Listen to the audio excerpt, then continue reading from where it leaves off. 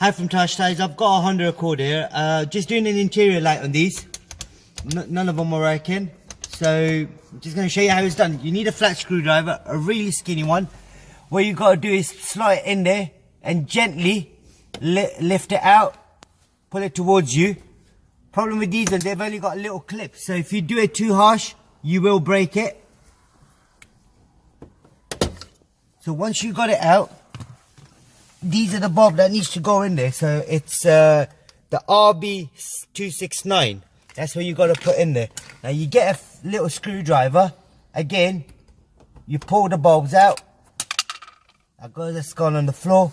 And then you put a new bulb in there. Once you put it in, just check it. See, make sure it's working. Now this one's working. Same procedure for the other side. When you do it, when you do clip it back in, just make sure it clips in nice and easy so you don't break it. That's it.